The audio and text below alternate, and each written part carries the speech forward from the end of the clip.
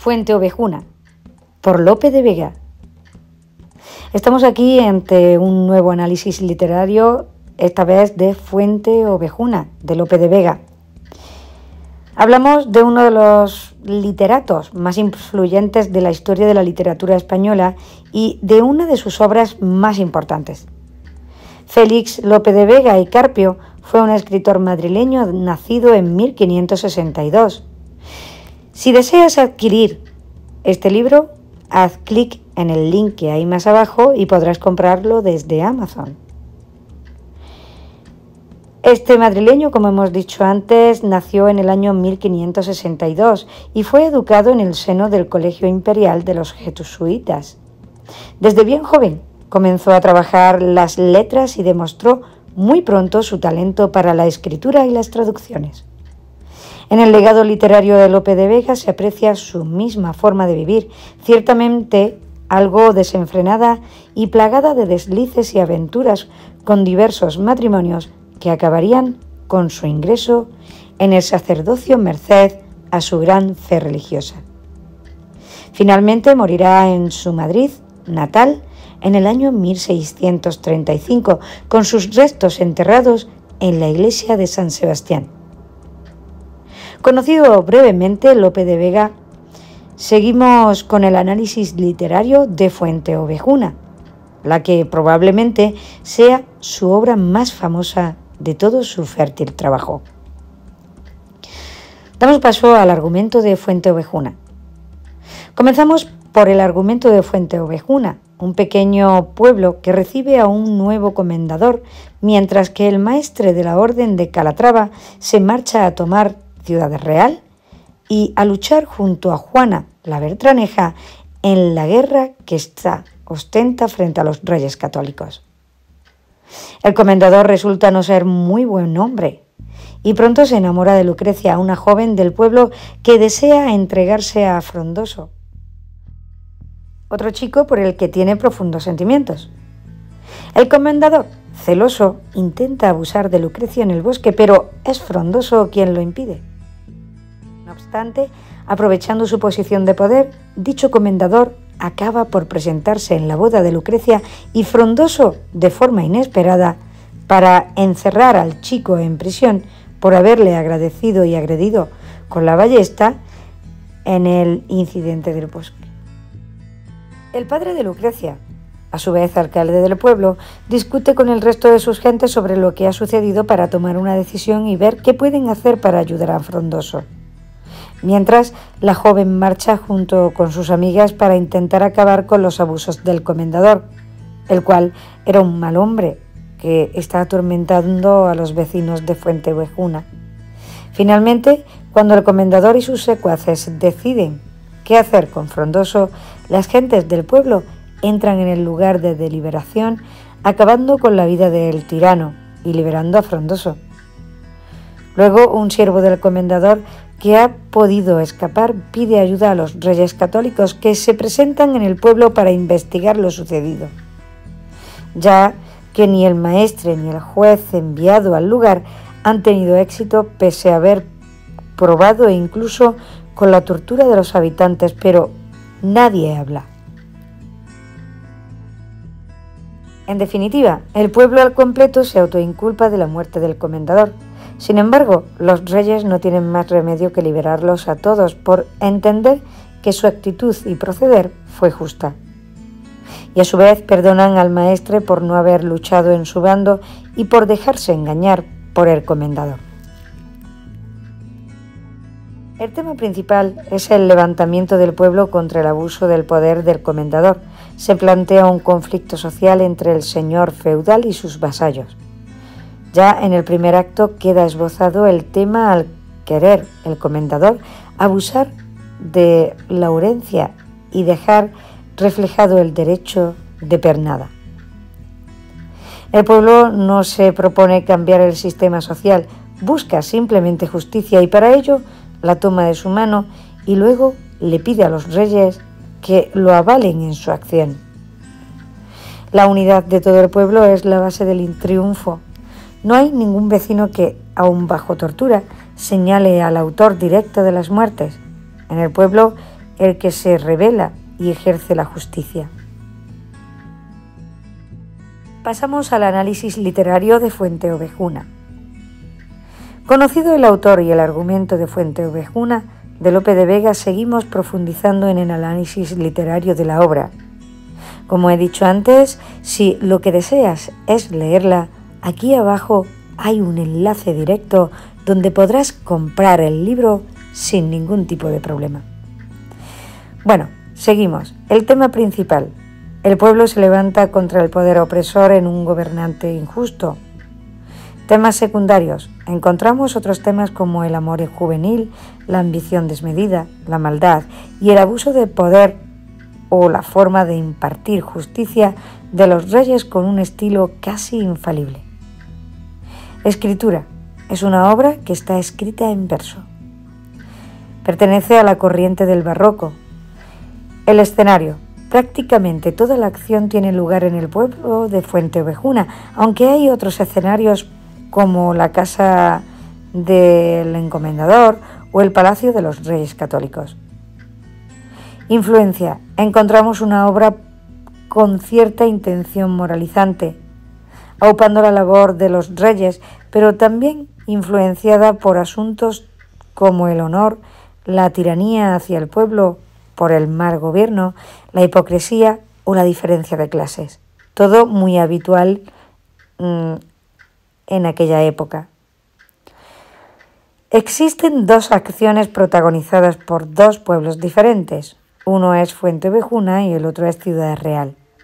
El tiempo histórico es abril de 1476.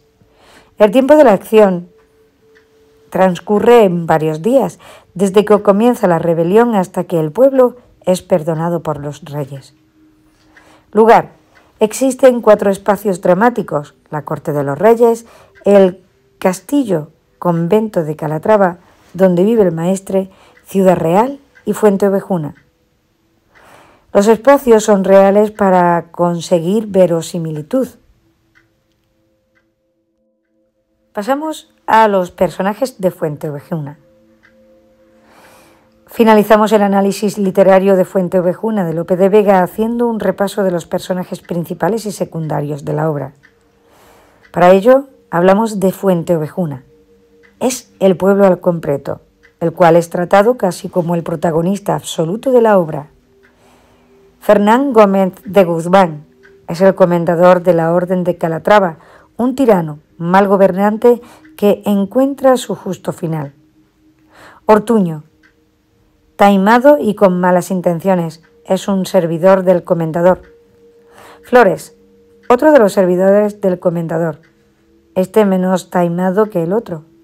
Frondoso, joven enamorado de Lucrecia que se defiende en su honor y en su amor frente al tirano. Lucrecia es la joven enamorada que demuestra ser una chica valiente y de armas tomar. El maestre de la Orden de Calatrava, personaje que se deja engañar por el comendador y por Juana la Bertraneja, aunque su falta de mala intención es perdonada finalmente. Reyes católicos. Tanto Isabel como Fernando aparecen en la obra como símbolo de una de impartir justicia y gobernar al pueblo. Además, aparecen otros personajes secundarios como por ejemplo Pascuala, Mengo, Barrildo, Jacinta, etc. La obra consta de 3 actos con 12, 17 y 25 escenas respectivamente. No existen acotaciones y las escenas, división que no aparece en el original, vienen marcadas por la entrada y salida de personajes. Acto primero. Va en la escena 1. El comendador, Flores y Ortuño, criados del primero. El comendador visita al maestre en Almagro, Ciudad Real, y este se hace esperar. Fernán Gómez explica su concepto de la cortesía, virtud que para él solo posee la aristocracia. Escena 2. Los anteriores y el maestre. El comendador Fernán Gómez le recuerda a Rodrigo Téllez que a él le debe el haber sido nombrado maestre de la Orden de Calatrava, a lo que le responde don Rodrigo manifestándole su estima y respeto. Le sigue un comentario sobre la situación política. Escena 3. Las campesinas Pascuala y Laurencia en la plaza de Fuentevejuna. Asistimos a un diálogo in media res. Sabemos que el comendador persigue, entre comillas, a Laurencia, siguiendo su costumbre. Las dos amigas comentan las malas artes de Fernán Gómez, que se sirve de sus criados, de regalos y amenazas con las mujeres. Sin embargo, Laurencia confía en su orgullo y en su valor. En sus palabras aparece el motivo alabanza de aldea.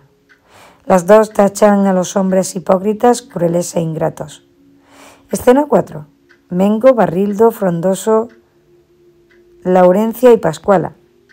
En esta escena se enuncian teorías acerca del amor en forma de debate, a la manera de la novela pastoril. Mengo sigue a Aristóteles con la idea de la eterna discordia de los elementos. Barrildo hace lo propio con Pitágoras y dice que del amor nace la armonía del universo. Por último, Laurencia se hace eco de la teoría de Platón, que define el amor como el deseo de la belleza y virtud de lo amado. Hay un detalle que cabe resaltar. Frondoso llama damas a las muchachas. Escena 5. Los anteriores menos Barrildo y Flores. Flores describe la toma de Ciudad Real y Laurencia lo llama Azor para referirse a su papel de alcahuete. Escena 6. El comendador, Ortuño, Juan Rojo, Esteban y Alonso, alcaldes y músicos. La escena se inicia y termina con una canción de alabanza del comendador. Creen que regresa de pelear contra los moros. Eso sería normal en las órdenes militares. Escena 7. El comendador, Ortuño, Flores, Laurencia y Pascuala. La clave de la escena es el despotismo y lujuria del comendador. Escena 8. Rodrigo, Manrique y acompañamiento de los reyes. La escena se desarrolla en una habitación del Palacio de los Reyes Católicos que aparecen como un matrimonio compenetrado. La reina ofrece una imagen prudente y sabia. Don Rodrigo Manrique, comendador de la Orden de Santiago, presenta a dos regidores de Ciudad Real. Escena 9. Los anteriores. Los regidores exponen la situación de Ciudad Real y se conoce la labor de don Fernán ante el maestre y en Fuenteovejuna. Los reyes deciden actuar con rapidez. Escena 10. Laurencia y Frondoso. Se sitúa esta escena en los alrededores de Fuenteovejuna. Frondoso le declara su amor a Laurencia y parece respetar cierta inclinación de la joven. En estas llega el comendador de casa y la muchacha le pide al campesino que se esconda. Escena 11. Laurencia, comendador y Frondoso. El comendador se propone forzar a la joven y lo intenta primero con palabras para pasar inmediatamente a la acción. Frondoso sale de su escondite y amenaza al tirano con su propia arma que ha soltado antes en el suelo. Escena 12. El comendador y Frondoso. Frondoso humilla al comendador. Nota: en la edición de Castilla corresponden a la escena 13 y a la escena 17. Acto segundo. Escena primera. Esteban y el regidor. La escena se sitúa en la plaza de Fuenteovejuna, donde reina la calma. Los dos hombres conversan sobre las escasas reservas de alimentos. Escena 2. Los anteriores más el licenciado Leonelo y Barrildo. Un intelectual y un no letrado conversan sobre la imprenta y el valor de los libros. Escena 3. Los anteriores más un labrador llamado Juan Rojo. Se comenta el intento fallido del comendador de deshonrar a Laurencia y empieza a alimentarse la idea de la sublevación. Escena 4. Los anteriores más el comendador Flores y Ortuño. El comendador, cínico e inconsciente, le reprocha a Esteban el rechazo de su hija y éste le contesta con dignidad, defendiendo el honor de los villanos.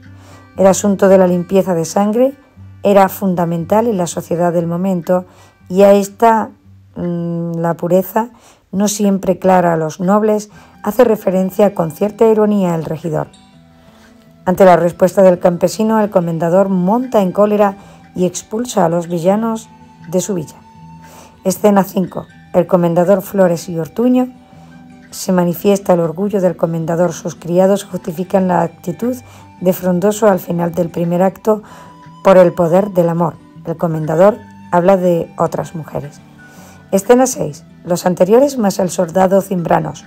La escena se centra en las noticias del ataque de los reyes católicos sobre Ciudad Real. Escena 7. Mengo, Laurencia y Pascuala. Se inicia en medias res que expresa el cambio de las ideas amorosas de Laurencia. Escena 8. Los anteriores más Jacinta. En esta escena las mujeres manifiestan su temor por lo que pueda acontecer. Mengo, en una actitud impropia de su caracterización como gracioso, hace un alarde de valentía. Un David frente a un Goliat. Escena 9. Jacinta, Mengo, Flores y Ortuño. Los soldados vienen persiguiendo a Jacinta. Mengo intenta que razonen, pero al final amenaza. Escena 10. Los anteriores más al comendador. Mengo es azotado por defender a Jacinta y pide el castigo divino para el tirano de sus secuaces. Escena 11. El comendador y Jacinta y los soldados. En un acto de crueldad innecesaria, Fernán Gómez entrega a Jacinta a la tropa ofendido por sus protestas de igual moral. Escena 12. Laurencia y Frondoso. Esta escena supone un contraste con la violenta escena anterior. Los jóvenes expresan su amor. Escena 13. Los anteriores más Esteban y el regidor. Se comenta la desolación del pueblo por la conducta del comendador. Hablan también del desarrollo de la guerra, en la que ellos desean la victoria de los reyes católicos. El alcalde se lamenta de que su vara, símbolo de autoridad, sea un atributo inútil. Frondoso pide a Esteban la mano de su hija. Escena 14. Los mismos. Preparación de la boda. Laurencia estaba escondida. Escena 15. El maestre, el comendador, Ortuño y soldados. Se conoce la derrota militar de los calatravos ante las tropas reales. Ante esta situación, el maestre se piensa pasarse al bando de los RRCC y el comendador quiere desahogar en Fuenteovejuna la frustración que le produce la derrota. Escena 16. Músicos Mengo, Frondoso, Laurencia, Pascuala, Barrildo, Esteban y Alonso. Celebración de la boda. Se comentan los excesos del comendador. Escena 17. Los anteriores más el comendador, Flores y Cimbranos. Es una escena de contrastes. En medio de la boda se produce la interrupción del comendador y se detiene a Frondoso. Esteban intenta que comprenda que fue una defensa por amor y el comendador lo golpea con la vara de alcalde una y otra vez por la ira que le produce la expresión de unos sentimientos que no puede admitir en un vasallo. La réplica la ofrece Mengo, que hace una broma aludiendo a sus azotes y con ello se rebaja la tensión. Acto tercero. Escena primera. Esteban, Alonso y Barrildo. En la sala del Consejo de Fuenteovejuna se produce una reunión para hablar de la situación. Escenador. Los anteriores más Juan Rojo, el regidor y Mengo. Sienten que la pérdida del honor es de todos y se plantean la venganza colectiva. Como posibles soluciones se descarta acogerse a la protección de los RRCC y abandonar, RR son los Reyes Católicos, y abandonar la ciudad. También se plantean matar al comendador, pero a pesar de invocar la protección divina y de tratarse de un caso de legítima defensa, los villanos no se sienten plenamente justificados para cometer el tiranicidio. Escena 3. Los hombres de la Junta y Laurencia. Laurencia entiende la rebelión popular, llega desmelenada, con los vestidos rotos, apela a la hombría de los presentes y los insulta. Les anuncia que Frondoso está a punto de ser ahorcado por Fernán Gómez. Con todo esto, se disipan las dudas ante la rebelión y deciden que es preciso dar muerte a los tiranos, que es preciso recuperar el honor perdido y es preciso apoyar a los reyes católicos, monarcas legítimos. Laurencia llama a las mujeres para que se sumen a la rebelión. Escena cuarta. Pascuala, Laurencia, Jacinta y otras mujeres organizan un ejército de mujeres. Escena 5. Flores, Ortuño, el comendador, Cimbranos y Frondoso. La escena se desarrolla en una estancia de la casa del comendador. La muchedumbre sorprende a Fernán Gómez cuando está a punto de ajusticiar a Frondoso. Escena 6. Los anteriores. Se produce el asalto al palacio del comendador. Fernán Gómez envía a Frondoso para intentar aplacar a los amotinados y éste acepta a buen grado. Escena 7. Los mismos. Ante la cobardía del comendador que implora piedad, el pueblo asalta con los gritos de Fuenteovejuna y los tiranos mueran, y nuestros señores son los reyes católicos. Escena 8. Igual. Muerte del comendador. Nos entramos a través de las voces de Esteban. Muere traidor comendador. Escena 9. Los mismos más los criados del comendador. Las mujeres castigan a los criados, pero no está muy claro el proceso. Escena 10. Los reyes católicos y don Rodrigo Manrique. La escena se desarrolla en una sala del Palacio de los Reyes. El maestre les comunica la liberación de Ciudad Real. Escena 11. Los reyes católicos Manrique y Flores. Flores le ha otorgado escapar milagrosamente de las iras de los sublevados.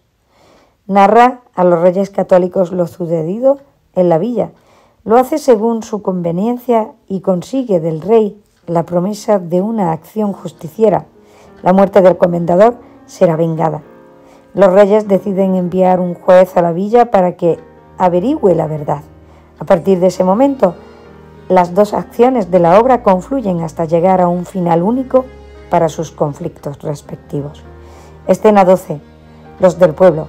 El pueblo entero celebra la desaparición del tirano y pasean su cabeza clavada en el extremo de una lanza. Esteban les avisa de que han recibido el escudo con las armas reales y todos se dirigen jubilosos hacia el ayuntamiento. Escena 13 y escena 14 son los mismos, se ponen de acuerdo alentados por Esteban para no confesar y responder siempre Fuenteovejuna, hasta la muerte si es preciso. Escena 15. El maestre y el soldado mensajero. Don Rodrigo primero se encoleriza y luego comprende que le conviene congraciarse con el rey para no perder el maestrazgo. Intenta justificar sus acciones achacándolas a su juventud. Escena 16. Laurencia, protagonizada por un monólogo en la plaza del pueblo. En un soneto manifiesta su preocupación por Frondoso. Escena 17. Laurencia y Frondoso. Laurencia le ruega que huya, pero el joven labrador no quiere abandonarla ni tampoco a sus vecinos. Escena 17. Los anteriores y dentro el juez con los villanos. Tortura a los villanos. Escena 19. Laurencia, Frondoso, Mengo, Barrildo y el regidor. De los torturados solo aparece Mengo, al que todos cuidan. Escena 20. Laurencia y Frondoso. Frondoso quiere saber el nombre de la persona que asesinó al comendador. Laurencia se extraña ante la pregunta y responde que fue Fuenteovejuna. Escena 21. Reyes católicos y don Rodrigo Manrique. En el Palacio Real de Tordesillas, don Rodrigo Manrique intercede por el maestre don Rodrigo Tellez, con el argumento de su juventud. Escena 22. Los reyes católicos y el maestre. El maestre solicita el perdón de los reyes. Escena 23. Los anteriores más Manrique. Los reyes preguntan por los resultados de la labor del juez. El maestre interviene impulsivamente, pero los reyes le hacen ver que la villa ya no pertenece a su jurisdicción. Escena 24. Los anteriores más el juez. Informe del juez a los monarcas, más de 300 habitantes han sido torturados y con valentía todos han respondido lo mismo, es decir, Fuenteovejuna. Escena 25. El rey, Esteban, Alonso, Frondoso, Laurencia y Mengo. Los villanos les explican al rey sus razones para el crimen. El alcalde solicita al monarca que tome la villa bajo su autoridad y pide clemencia para todos sus habitantes. El rey, al igual que el juez, condena los hechos ocurridos en la villa y concede el perdón por la falta de pruebas acerca de quiénes son los verdaderos culpables. La villa se incorpora a la corona hasta que la herede otro comendador. La obra termina con una alabanza al rey y con la cita del título como era habitual en las comedias de la época. Y aquí, discreto Senado, Fuenteovejuna da fin. Acción, tiempo y lugar. En la obra se dan dos acciones. El suceso principal son los abusos de Fuenteovejuna, hecho histórico que se produjo el 23 de abril de 1476. El segundo argumento es la guerra civil de Ciudad Real, que se produjo por un problema de sucesión en el que el comendador se puso de parte de Juana la Beltraneja, esposa de Alfonso V de Portugal y sobrina de Isabel la Católica, hija de su hermano Enrique IV. De la primera acción podemos decir que es social, específica y dramatizable, mientras que la segunda es política, genérica e historiable. Para las dos, Lope sigue la crónica de Rades, pero la manipula literalmente. Por ejemplo, el comendador en la crónica no está metido en las dos acciones, en cambio, en Fuenteovejuna sí que lo está. Las dos acciones se relacionan por personajes comunes, como el comendador y los reyes católicos, por referencias, por similitud temática, tiranía y traición, y al final de la obra se produce la fusión de ambas. Podemos distinguir una estructura externa y otra interna. La externa, podemos decir que la obra se divide en tres actos o jornadas. Acto primero, que es el planteamiento, en el que se nos presenta la mayoría de los personajes y se introduce el conflicto. El comendador quiebra la armonía social y la armonía política. Acto segundo corresponde al nudo. Entre los villanos y el comendador se producen una serie de enfrentamientos individuales que desembocarán en el enfrentamiento colectivo. Ciudad Real es conquistada por los monarcas. Acto tercero pertenece al desenlace. El pueblo entero acude a la casa de la encomienda y asesina al comendador y a sus secuaces, excepto Flores, que escapa. La obra finaliza con dos secuencias paralelas en las que los reyes católicos perdonan sucesivamente al maestre y a la villa de Fuenteovejuna. La estructura interna corresponde a cada acto, que es un pequeño drama con planteamiento, nudo y desenlace. En el acto primero triunfa el bien, Frondoso se enfrenta al comendador y lo derrota. En el acto segundo triunfa el mal, el comendador afrenta a todo el pueblo al interrumpir la boda y llevarse presos a los novios. En el acto tercero triunfa nuevamente el bien, los oprimidos cuando los reyes conceden su perdón.